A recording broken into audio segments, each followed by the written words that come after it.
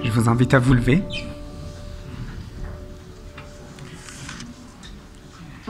Notre premier cantique pour entamer ce service de louange ce matin est le 187 dans le Donnez-lui gloire, vers toi Seigneur.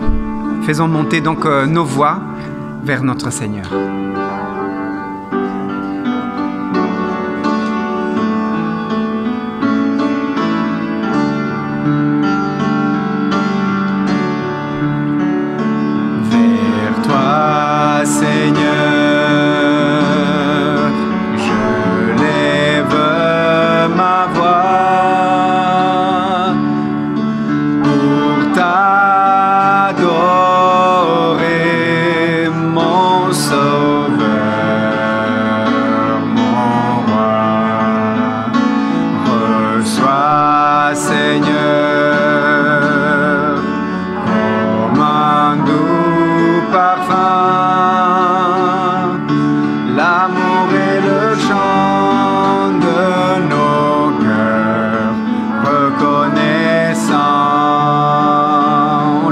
Une deuxième fois.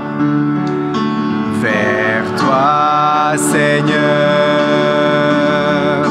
je lève ma voix pour t'adorer, mon Sauveur, mon roi. Reçois, Seigneur,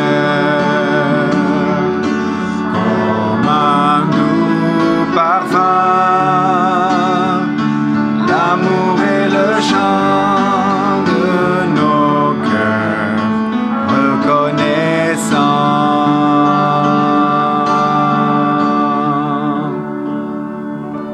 Amen. Je vous invite à garder cette position. Prions. Notre beau et tendre Père Céleste, merci de nous avoir gardés au cours de cette semaine qui vient de s'écouler. Merci pour tout ce que tu nous as fait. Merci pour toutes les bénédictions. Merci parce que tu nous amènes ici pour te louer et te dire merci pour écouter ta parole. Nous voulons, Seigneur, à ce moment, prier pour le prédicateur d'aujourd'hui, pour que tu puisses l'inspirer et que nous soyons édifiés. Nous voulons, Seigneur, prier pour ceux qui ne sont pas ici à cause de problèmes de tous les jours, qu'ils soient malades ou qu'ils soient faibles. Seigneur, que ton Saint-Esprit soit avec eux et que ta parole qui va être prêchée nous édifie tous.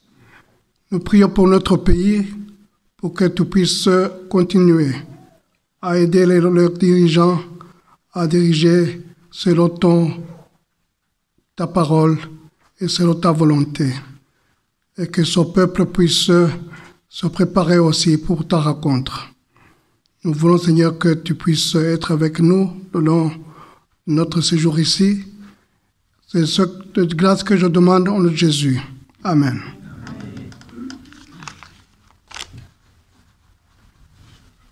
Vous pouvez vous asseoir. Bon sabbat. Poursuivons cette liturgie avec le cantique 203, Jésus est au milieu de nous. Et pendant qu'on le chante, invitons-le à prendre place dans nos cœurs.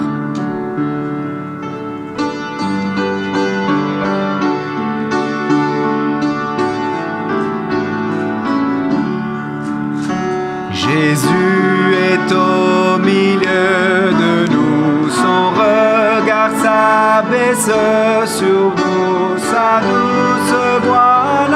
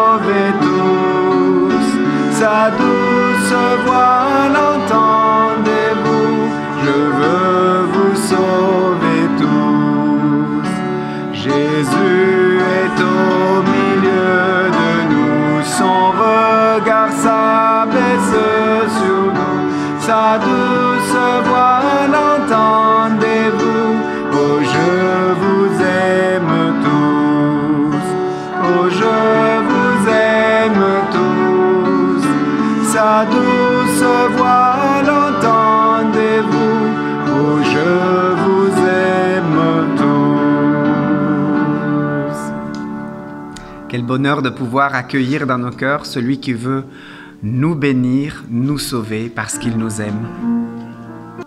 Mais un seul jour auprès de Jésus vaut vraiment mieux que 1000 ailleurs. Alors je vous invite à vous mettre debout et à penser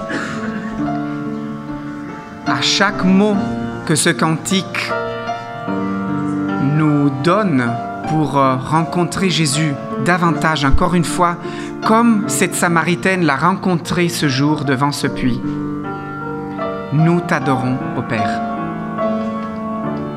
Nous t'adorons, ô Père, dans ton temple. Nous t'adorons en esprit et en vérité. Tu habites nos louanges. Nous t'adorons en esprit et en vérité. Car un jour près de toi vaut mieux que 1000 ailleurs. Je désire habiter dans ton temple. Car un jour près de toi vaut mieux que 1000 ailleurs. Je désire habiter dans ta maison, Seigneur. Nous t'adorons, ô Père, dans ton temple. Nous t'adorons en esprit et en vérité. Tu habites nos louanges. Nous t'adorons en esprit et en vérité. Car un jour près de toi vaut mieux que 1000 ailleurs. Je désire habiter dans ton temple. Car un jour près de toi vaut mieux que 1000 ailleurs. Je désire habiter dans ta maison, Seigneur. Je désire habiter, dans ta maison. Oui, dans ta maison, Seigneur. Je désire habiter dans ta maison, Seigneur.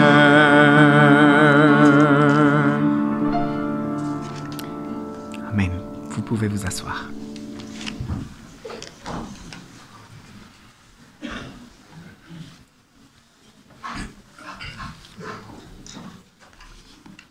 Je vous invite à prendre vos Bibles dans le livre de Matthieu,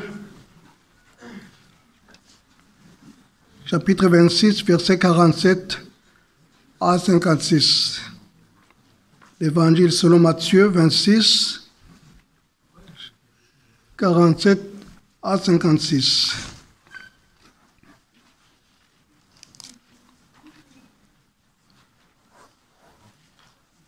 Arrestation de Jésus. Comme il parlait encore, Judas, l'un des 12, arriva, et avec lui une foule nombreuse, armée d'épées et de bâtons, envoyée par les principaux sacrificateurs et les anciens du peuple. Celui qui le livrait leur avait donné ce signe: celui à qui je donnerai à baiser, c'est lui, saisissez-le. Aussitôt, il s'approcha de Jésus en disant: Salut, Rabbi. Et il l'embrassa. Jésus lui dit: Ami, ce que tu es venu faire, fais-le. Alors ces gens s'avancèrent, portèrent les mains sur Jésus et le saisissèrent. Un de ceux qui étaient avec Jésus étendit la main, tira son épée, frappa le serviteur du souverain sacrificateur et lui emporta l'oreille. Alors Jésus lui dit: remettons l'épée à sa place, car tous ceux qui prendront l'épée périront par l'épée. Penses-tu que je ne puisse pas invoquer mon Père qui me donnerait à l'instant plus de 12 légions d'anges? Comment donc s'accompliraient les Écritures, d'après lesquelles il doit être ainsi? En ce moment, Jésus dit à la foule, « Vous êtes venus comme après un brigand, avec des épées et des bâtons, pour vous emparer de moi. J'étais tous les jours assis dans le temple. J'enseignais et vous ne vous êtes pas saisis de moi.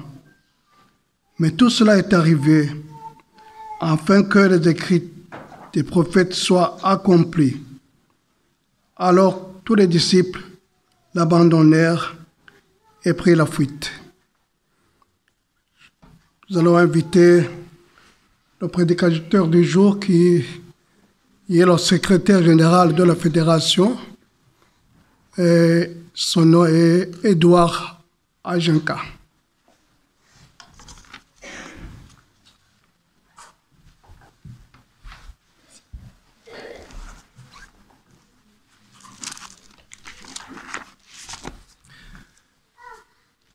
Chers frères et sœurs, bonjour.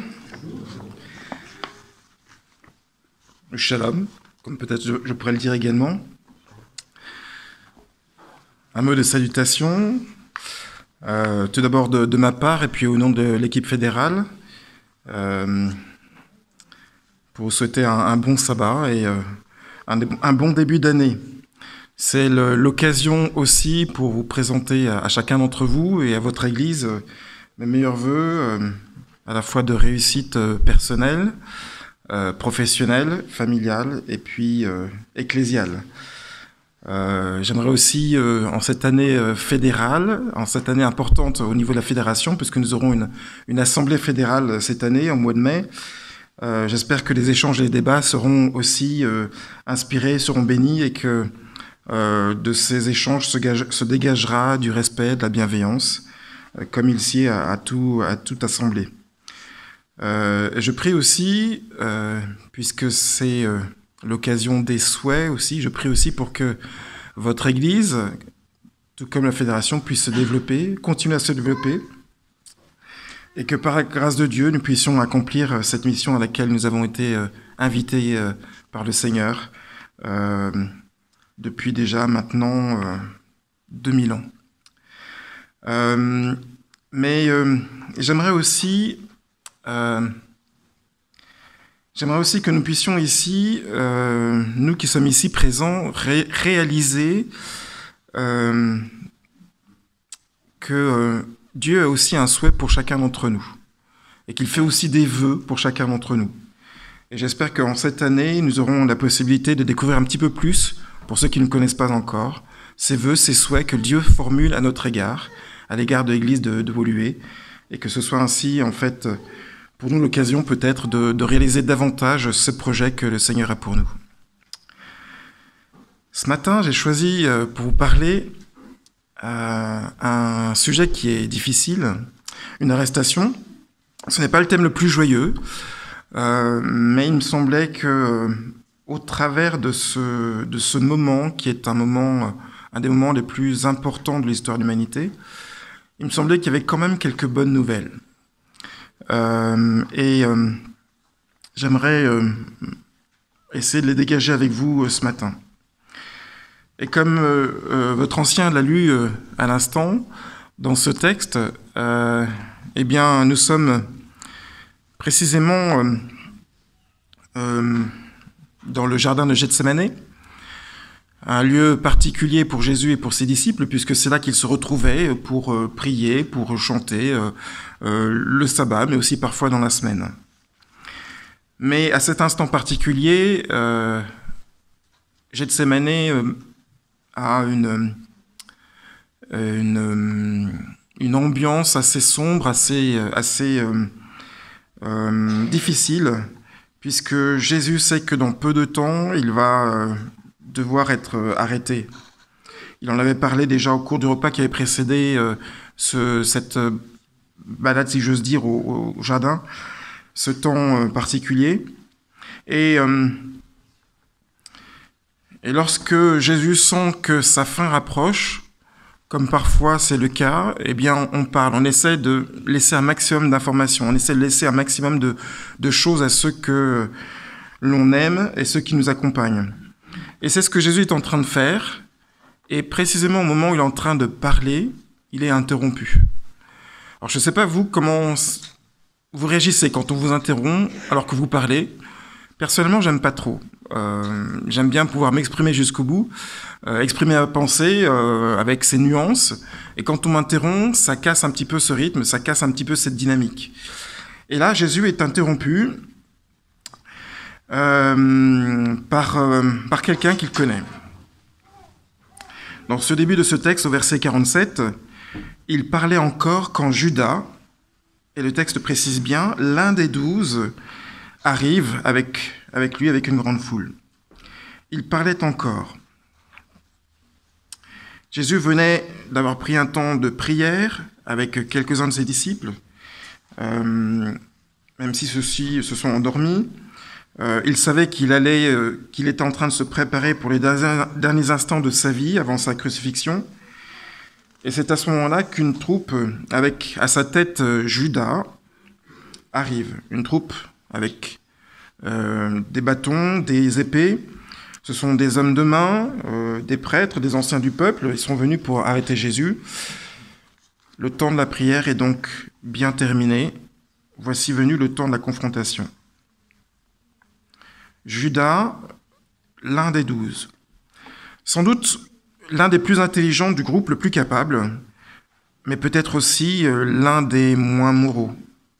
En tout cas, en tant que trésorier, on savait qu'il se servait dans la caisse, c'est ce que la parole nous dit. Et Judas n'avait pas trouvé autre chose que ce signe absolument épouvantable, un signe qui était un baiser donné à son maître comme signe de sa trahison. Et en français, vous le savez, c'est une expression qui est devenue commune. Le baiser de Judas, c'est une expression qui signifie bien trahir ses amis, trahir ses proches, donc ceux avec lesquels on est le plus proche. Et le mot grec qui est utilisé ici, philéo, signifie aussi aimer ou avoir de l'amitié pour. Ainsi, le signe que Judas retient pour indiquer à la foule qui est Jésus, c'est le signe par excellence qui indique une amitié profonde. Judas est en train de dire finalement, celui pour lequel je témoignerai une marque d'amitié, c'est celui-là précisément qu'il faut arrêter. Quand on parle de la trahison de Judas, le signe du baiser est le plus connu. Il y a aussi une autre parole qui montre à quel point Judas est allé loin dans sa démarche et dans son état d'esprit de trahison. Au verset 49, nous lisons ce que Judas dit à Jésus, « Bonsoir maître », et il l'embrasse. Et il l'embrasse. Ce mot que nos Bibles traduisent par « bonjour », en grec, c'est le mot « kairé », qui veut dire « réjouis-toi », ou « que la grâce te soit accordée, que la grâce te soit rendue ». Il est possible, davantage probable que le mot que Judas ait prononcé soit plutôt le mot « shalom », ou éventuellement peut-être un terme araméen, puisque le texte est traduit de l'hébreu de l'araméen. Et shalom, comme vous le savez, signifie paix, sécurité, santé, bien-être. Voilà ce que Judas souhaite à celui qu'il est venu trahir en toute conscience. Que la paix, la sécurité, la santé, le bien-être soient avec toi. Mais de quelle paix parle Judas ? Comment peut-on dire ce genre de choses quand on sait qu'on est venu arrêter son meilleur maître, si je puis dire ? La paix, est-ce qu'il s'agit de la paix de quelqu'un d'un disciple qui le trahit? Quelle est cette paix que Jésus doit pouvoir sentir, doit pouvoir vivre? La paix de ce que va vivre Jésus qui va commencer à l'instant sa plus longue nuit, la plus longue nuit de son existence. La paix de ce que ses souffrances immenses sont sur le point de commencer. Quels sont donc ces vœux de paix offerts au Christ alors qu'il s'apprête à vivre le moment le plus sombre de sa vie? Et c'est Judas lui-même qui avait guidé la foule jusque-là. L'un des 12 apôtres, un de ceux qui avaient accompagné Jésus pendant 3 ans et demi, qui avait souffert avec lui de privation, qui avait souffert du stress de ne pas pouvoir savoir où dormir ou quoi manger, qui avait souffert avec lui les vexations, les moqueries de la part des grands ou des petits, un de ceux qui avaient entendu les discours de Jésus, qui avait assisté aux guérisons multiples de Jésus, de ceux qui avaient assisté à ces guérisons de malades, de sourds, d'aveugles, de muets, de paralytiques, et même à des résurrections. Un de ceux qui ont même fait des miracles au nom de Jésus. Judas. Nous sommes vraiment au comble de la duplicité, de la malhonnêteté, du double langage. Parce que Judas sait bien que, après son baiser, Jésus sera arrêté. C'est pour cela qu'il est là. C'est pour cela qu'il est venu. Et c'est lui-même qui leur indique par ce signe qui est Jésus. Comment donc peut-il souhaiter à Jésus la paix?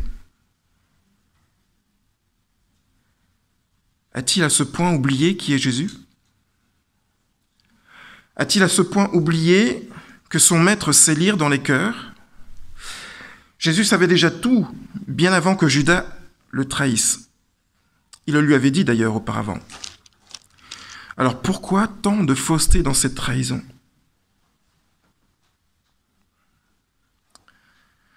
C'est vrai que le roi David, par exemple, dans les psaumes, avait prédit ce qui allait arriver. Je vous invite à lire avec moi ces 2 textes dans Psaume chapitre 41, verset 10.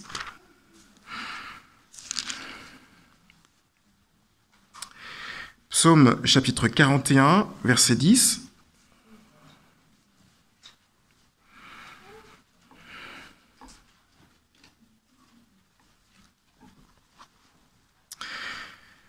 Même mon ami, celui qui avait ma confiance et qui mangeait mon pain, lève le talon contre moi.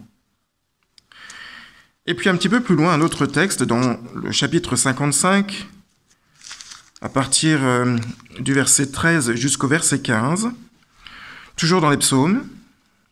Psaume 55, versets 13 à 15. « Car ce n'est pas un ennemi qui m'outrage, je le supporterai. Ce n'est pas celui qui me déteste qui s'élève contre moi, je pourrais me cacher de lui. C'est toi, un homme comme moi, mon intime, toi que je connais bien. Ensemble, nous connaissions la douceur des secrets partagés. Nous allions avec la foule à la maison de Dieu. » Voilà sans doute un petit peu l'état d'esprit dans lequel Jésus se trouve à ce moment précis. Il savait que Judas allait le trahir, ça avait été déjà prédit, mais est-ce que c'est vraiment un soulagement que de le savoir? Le geste de Judas est tout à fait incompréhensible, et même pour 30 pièces d'argent, il reste incompréhensible. Et malheureusement, nous n'avons pas toutes les réponses à toutes ces questions. Une chose est cependant certaine, c'est que Jésus aura tout fait jusqu'au bout pour le ramener sur le chemin de la conversion, sans succès. Jésus, malgré tous ses efforts, n'aura pas réussi à mener Judas sur le bon chemin. Il semble donc que Jésus et Dieu avec lui aient des limites. Dieu, Jésus ont des limites, précisément celles que nous leur fixons. La toute-puissance de Dieu ne s'arrête que là où notre volonté commence. à moins que notre volonté se soumette à la toute-puissance de Dieu.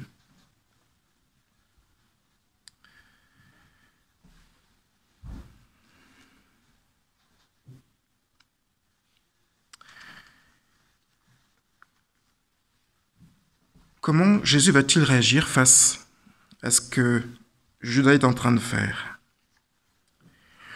Jésus, comme nous l'avons vu au verset 46 et aussi auparavant, Jésus savait que Judas arrivait. Mais Jésus n'a pas fui. Jésus savait que Judas allait le trahir et Jésus ne l'a pas trahi. Jésus savait que Judas allait l'embrasser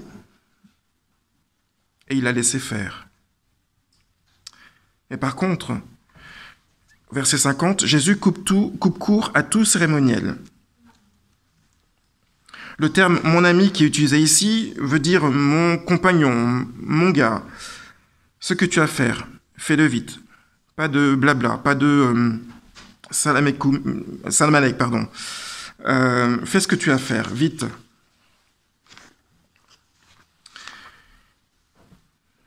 Et alors seulement, les gens qui étaient avec Judas s'avancent pour saisir Jésus. Et puis, c'est à ce moment-là qu'un événement arrive qui aurait pu avoir un impact catastrophique sur la suite des événements. Et même sur le reste de la mission mondiale. Et je m'explique. Pris d'un accès de colère, sans doute, en tout cas comme on le connaît, Pierre décide de trancher l'oreille d'un serviteur avec son épée. Jean 18, verset 10 nous indique que c'est bien Pierre qui va tirer son épée du fourreau pour couper l'oreille de Malchus, serviteur du grand prêtre. Pourquoi a-t-il une arme dans les mains? Sans doute qu'il faut se référer là au texte de Luc, chapitre 22, verset 38,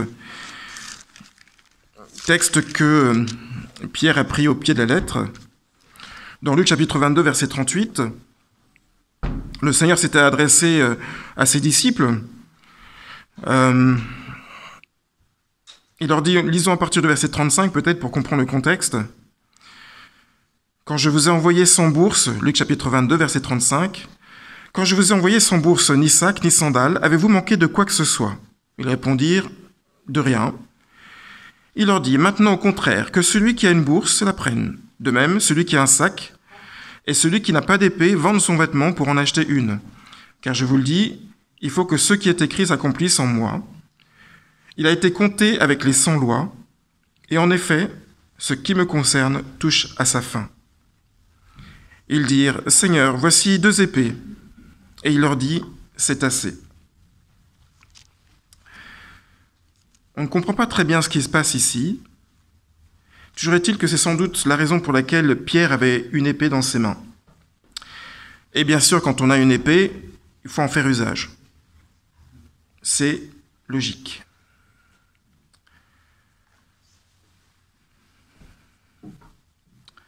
Mais peut-on vraiment accéder au salut par les armes? Un chrétien peut-il se sauver, se défendre par les armes? Nous savons, avec l'histoire, que il y a eu de multiples guerres dans le monde, depuis la nuit des temps, et surtout des guerres de religion.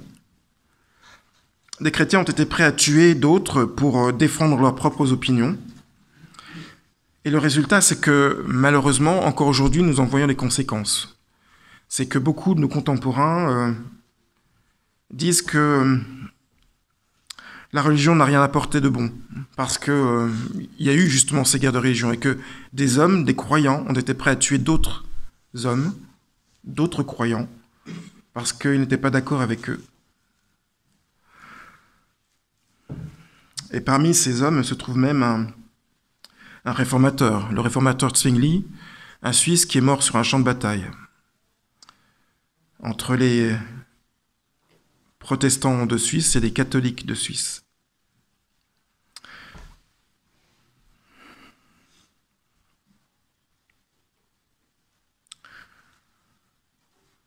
Mais Pierre n'a pas peur. En tout cas, il n'est pas connu pour avoir froid aux yeux. Et il saisit son arme et lui, seul contre tous, seul contre cette foule, une foule même avec des armes également, il y va.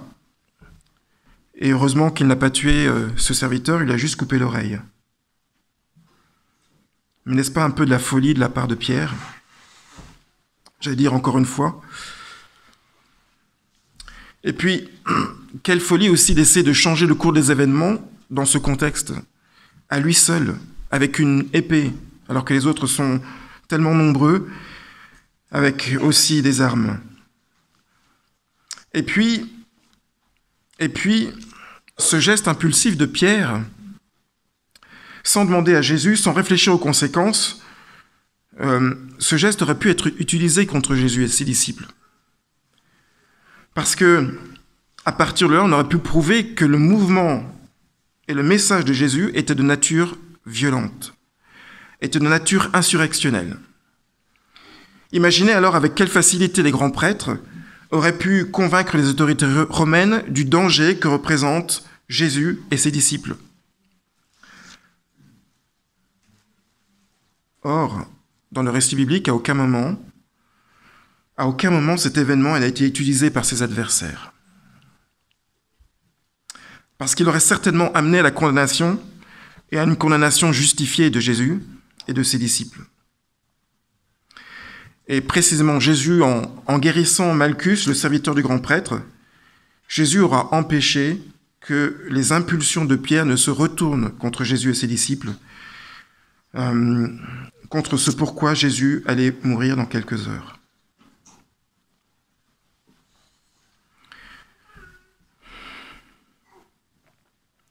Et Jésus va donner ici une triple réponse face à Pierre. Il va lui répondre tout d'abord que, par rapport aux armes temporelles, tous ceux qui prennent l'épée disparaîtront par l'épée. C'est ce qui est arrivé à ce réformateur Zwingli dont je parlais tout à l'heure. Et c'est ce qui est arrivé aussi à d'autres croyants, chrétiens, qui ont voulu se défendre par l'épée et qui sont morts par l'épée. Un chrétien peut-il donc porter les armes ? Nous avons un certain nombre d'exemples d'hommes qui ont eu le courage de renoncer au fait de porter les armes. Vous connaissez sans doute le film Hacksaw Ridge, qui met en scène en fait cet adventiste Desmond Doss, qui de manière très très courageuse a voulu s'engager sans jamais porter d'armes. Mais il y a d'autres hommes aussi qui ont pendant la Deuxième Guerre mondiale notamment, eu ce courage de refuser de porter des armes, ou en tout cas qui ont porté des armes factices. Et je pense ici à Franz Hasel, qui est un Allemand qui servait dans la Wehrmacht et qui a passé une bonne partie de la guerre avec une arme en bois, sculptée en bois. Et si jamais il avait été découvert, vous pouvez imaginer ce qui serait arrivé, puisque à l'époque, dans la Wehrmacht, on ne rigolait pas avec ce genre de choses. Et Dieu a fidèlement accompagné ces hommes pendant cette guerre mondiale. La question se pose aussi, peut-être pour nous, qu'est-ce que nous aurions fait ? Et j'imagine que pour les frères adventistes en Ukraine, la question se pose aussi de manière cruciale. Que devons-nous faire ? Et je crois que c'est à chacun de réfléchir à ça et de prendre sa position.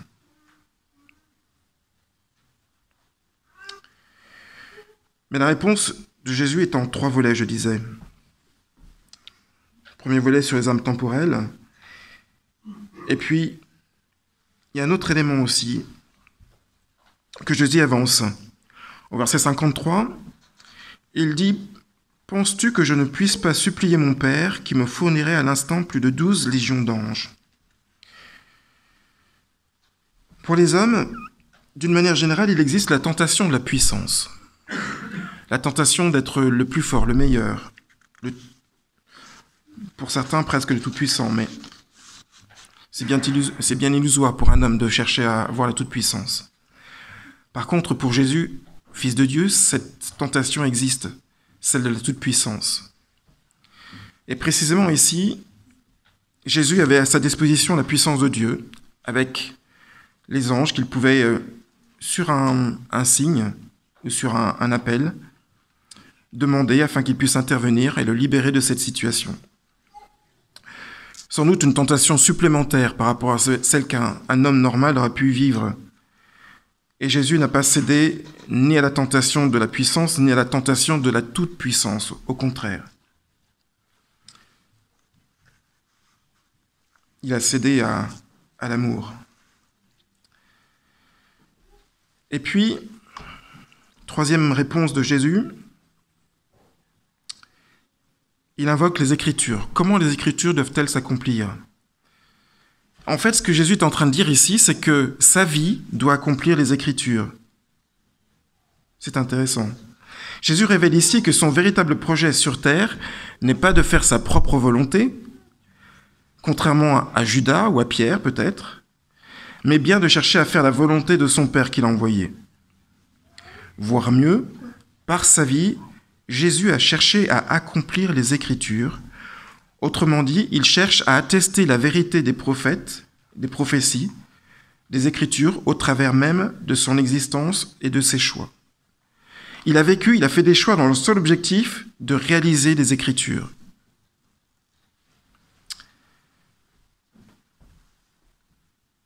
Avec Jésus,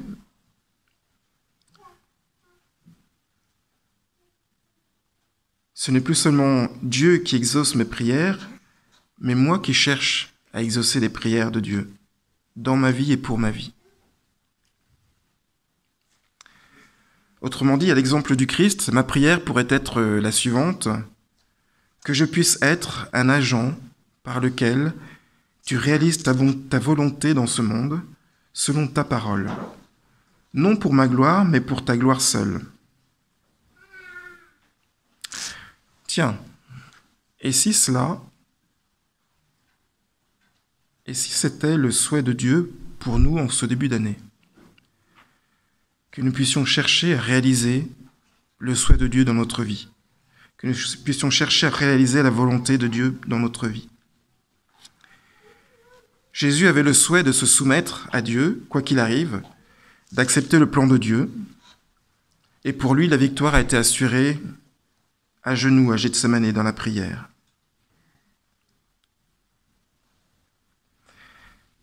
Et donc, l'invitation qui nous est faite, qui peut nous être faite ce matin, c'est à ne pas chercher le contrôle absolu de sa propre vie, ni d'ailleurs l'absence totale de contrôle. C'est peut-être de chercher à ce que le Seigneur prenne le contrôle de ma vie, afin que lui seul la dirige. Et dans ce récit, ce matin, nous avons malheureusement deux parfaits contre-exemples qui vont se sortir de la même situation de manière tout à fait différente. Judas et Pierre. Parce que tous les deux ont des réactions assez similaires finalement. Face à une situation où ils ont l'impression de perdre le contrôle, ils sont prêts à tout faire pour reprendre les rênes, par la force ou par la ruse, dans le but de rétablir une situation qui soit beaucoup plus conforme à ce qu'ils souhaitent. Leur seul but est de remettre les choses en ligne avec leur propre conception des choses, avec leur propre compréhension des événements tels qu'ils doivent se réaliser. Cependant, bien sûr, il y a des différences entre tous les deux. Tout d'abord, Pierre avait agi en réaction, tandis que Judas avait prémédité son action depuis un certain temps déjà. Pierre avait agi pour protéger un autre que lui, pensant servir Jésus, tandis que Judas avait agi dans le but de se servir lui-même, de servir ses propres intérêts, en se servant de Jésus. Le coup de sang de Pierre était la suite logique de ses réactions impulsives, répétées, non sanctifiées. La trahison de Judas était le long aboutissement des trahisons répétées envers sa propre conscience. Le problème de Pierre était lié à son caractère non sanctifié. Celui de Judas était lié à ses choix stratégiques insoumis au maître. Dans ces deux cas, le salut était encore possible, en reconnaissant son besoin du maître, en demandant pardon et en suivant vraiment les pas du maître.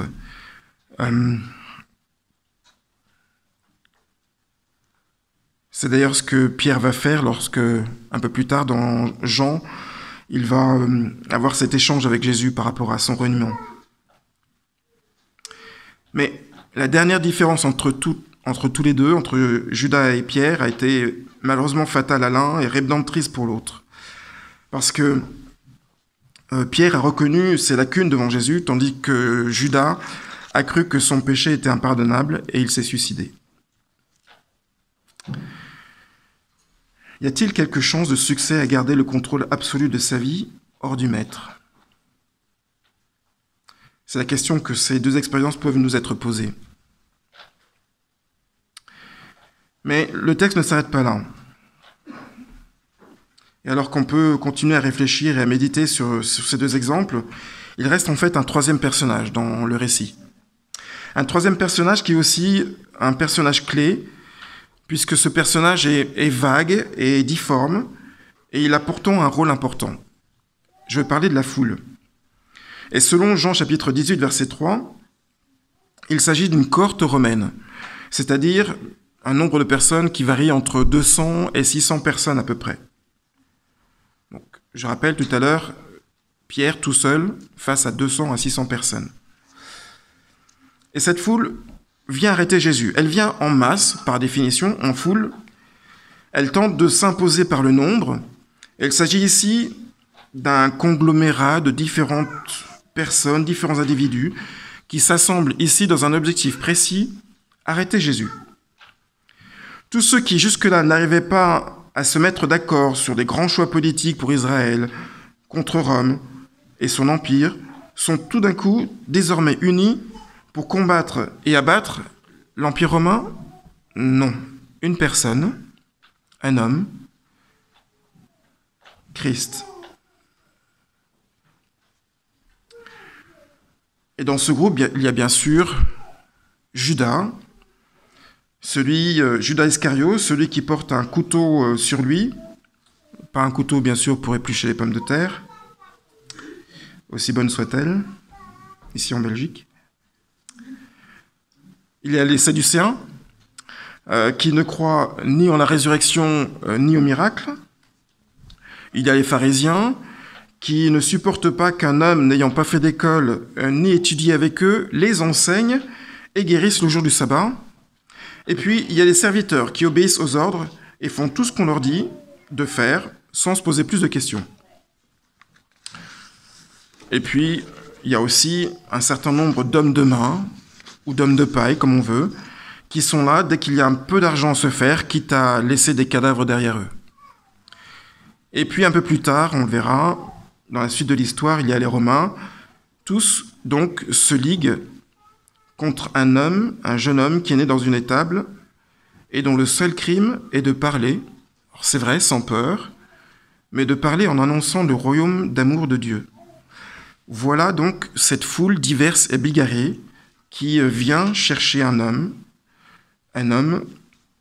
qui était à leur disposition pendant pas mal de temps, sans qu'ils n'agissent à ce moment-là.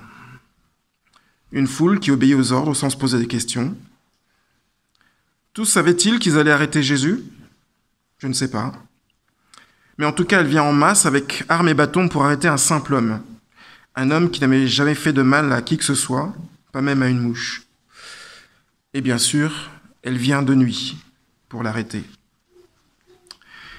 Et là encore, la réponse de Jésus face à la foule est édifiante et inspirante. Jésus aurait pu éviter d'être arrêté. Il l'a fait déjà dans le passé. Il est passé au travers de la foule, où il s'est caché. Dans Luc chapitre 4, versets 28 à 30, ou dans Jean chapitre 8, verset 59. Jésus aurait pu aussi les rendre tous aveugles ou paralysés. Nous avons cet épisode qui est relaté dans la parole, dans 2 Rois chapitre 6, verset 18, où là c'est Élisée qui rend une armée entière aveugle.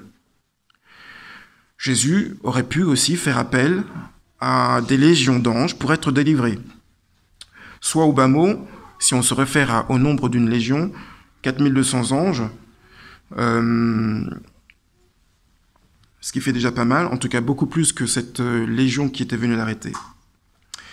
Mais Jésus n'a rien fait de tout cela, et les a simplement suivis.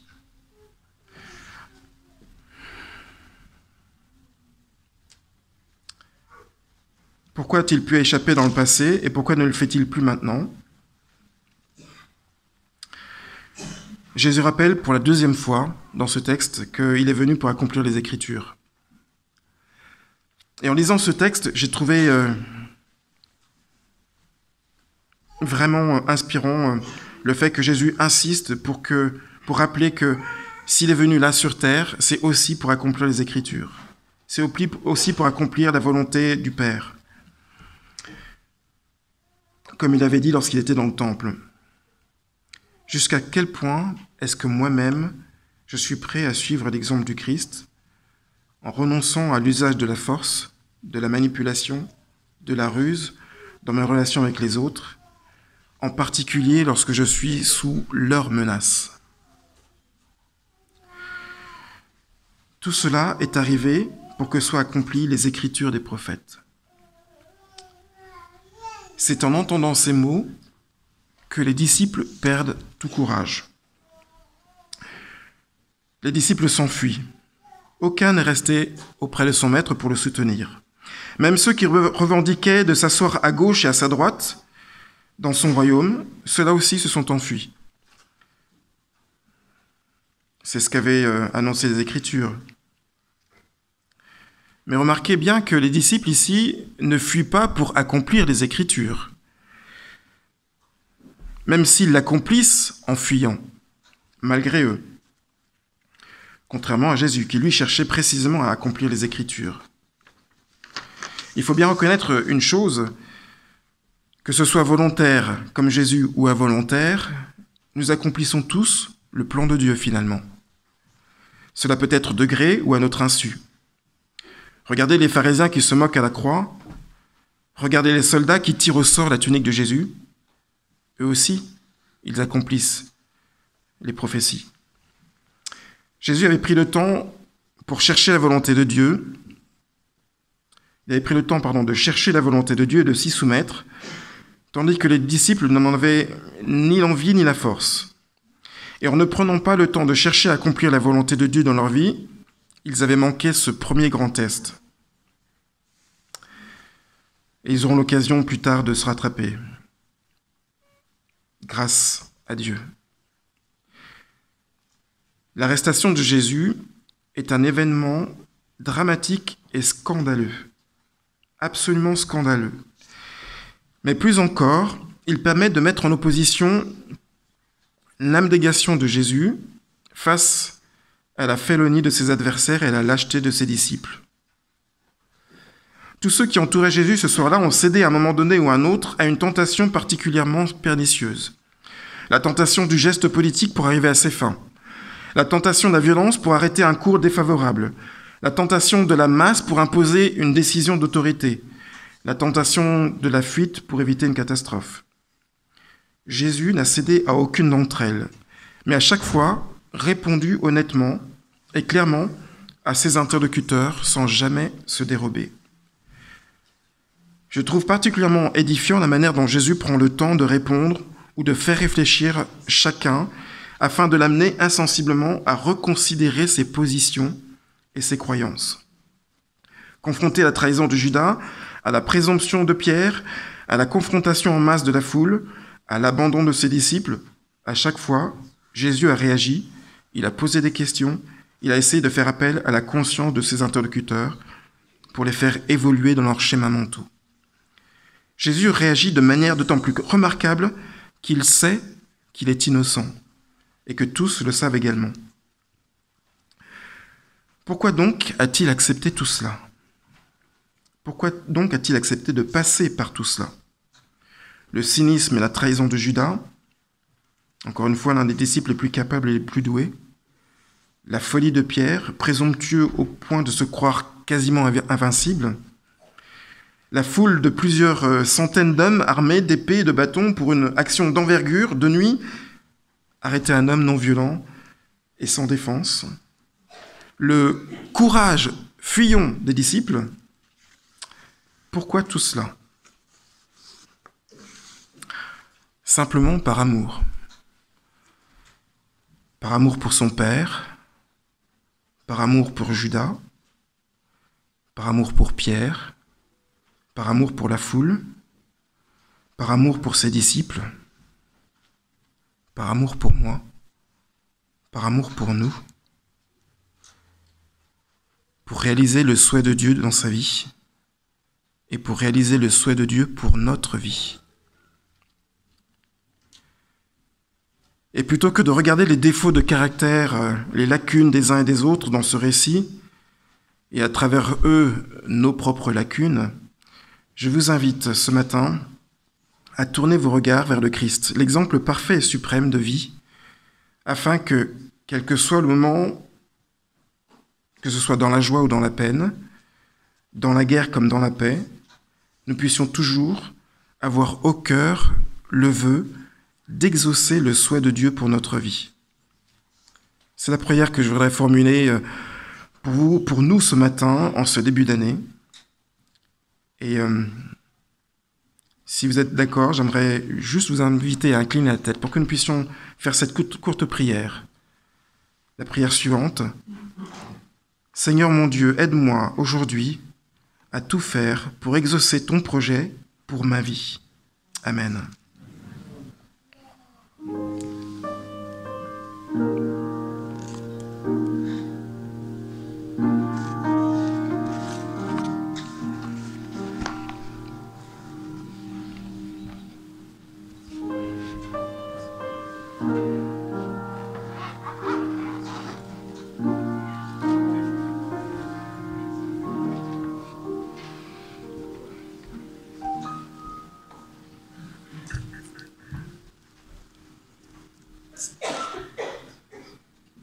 Je pense que je ne suis pas le seul à dire merci dans mon cœur pour ce message que nous avons reçu ce matin.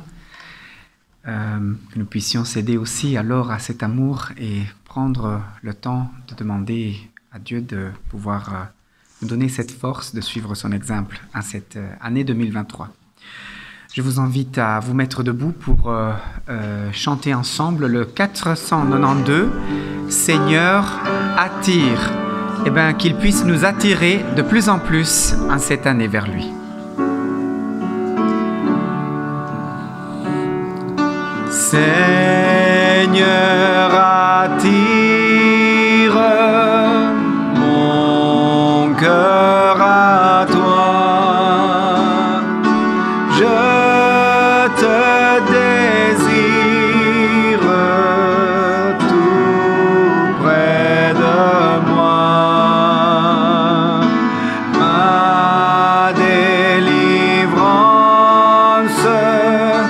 Dans le péché.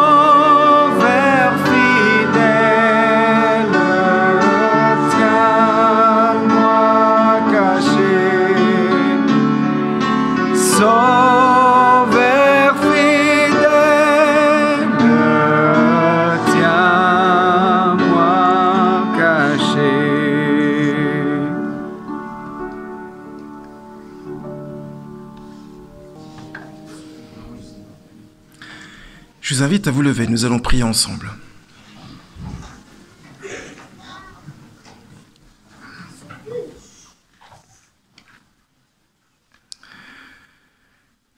Seigneur, notre Père, notre Dieu, alors que nous commençons une nouvelle année, nous voulons te remercier pour toutes choses, et en particulier pour ce moment décisif dans lequel tout aurait pu basculer dans un sens ou dans l'autre, au moment de l'arrestation de Jésus. Et comme nous l'avons vu à l'instant, Jésus a cherché à montrer comment ses disciples, la foule, Judas, Pierre auraient pu réagir, comment ils auraient pu faire différemment. Et c'est aussi une invitation qui nous est adressée à travers les années, à travers les siècles. Et dans cette invitation, il y a surtout un appel à chercher à accomplir la volonté de notre Père céleste, à tous. Celui qui a voulu nous appeler à l'existence depuis très longtemps, qui connaît tout de nous, et qui souhaite aussi que nous puissions, comme Jésus, faire les bons choix au bon moment, aux moments cruciaux, avec aussi au cœur la volonté de faire confiance au Seigneur en toutes circonstances. Seigneur, nous voulons te remercier pour cet exemple extraordinaire de Jésus dans ce contexte difficile, tendu. Te remercier aussi, malgré tout, de ce que les exemples de ses disciples nous servent aussi aujourd'hui pour essayer peut-être d'éviter de tomber dans les mêmes erreurs. Et nous voulons te rendre grâce encore une nouvelle fois, Père, parce que nous savons que ta grâce et ton pardon sont toujours là, à disposition. Et nous voulons compter aussi sur cette grâce et sur ce pardon, même si il nous arrive de chuter, il nous arrive de tomber. Et comptant sur cette grâce, nous voulons essayer, Père, de faire ta volonté, d'exaucer ton souhait, ton vœu pour nous cette année, de pouvoir vivre selon ce que tu souhaites pour chacun d'entre nous, afin de nous accorder ce que tu as de meilleur pour chacun. C'est un magnifique cadeau que tu nous fais déjà, Père. Il nous est promis, en fait, il nous est même acquis par le sacrifice de Jésus à la croix. Il nous faut simplement l'accepter et marcher dans cette espérance. Donne-nous, Père, de pouvoir aller de l'avant sur ton sentier avec cette espérance tout au long de cette année. Au nom de Jésus, pour ta gloire. Amen.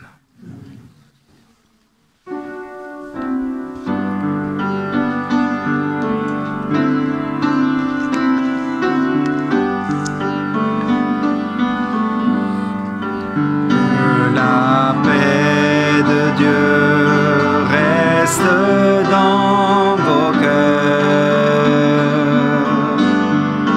Que la paix de Dieu reste dans vos cœurs. Que sa force vous anime dans la joie ou dans les pleurs. Que la paix de Dieu reste dans vos cœurs. Que l'amour de Dieu reste dans vos cœurs. Que l'amour de Dieu reste dans vos cœurs. Que sa force vous anime dans la joie ou dans les pleurs. Que l'amour de Dieu reste dans vos cœurs. Que le Saint-Esprit reste dans vos cœurs. Que le Saint-Esprit reste dans vos cœurs. Que sa force vous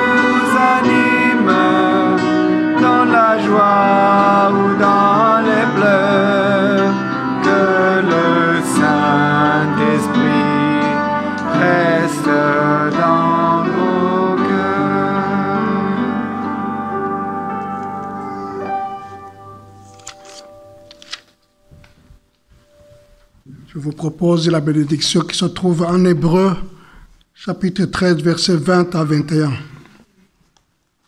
Que le Dieu de paix, qui a ramené d'entre les morts le grand berger des brebis, par le sang d'une alliance éternelle, notre Seigneur Jésus, vous rende apte à tout ce qui est bien, pour faire sa volonté, qu'il fasse en nous ce qui est agréable, par Jésus-Christ, à qui soit la gloire au siècle des siècles. Amen. Que Dieu vous bénisse. Bonne semaine.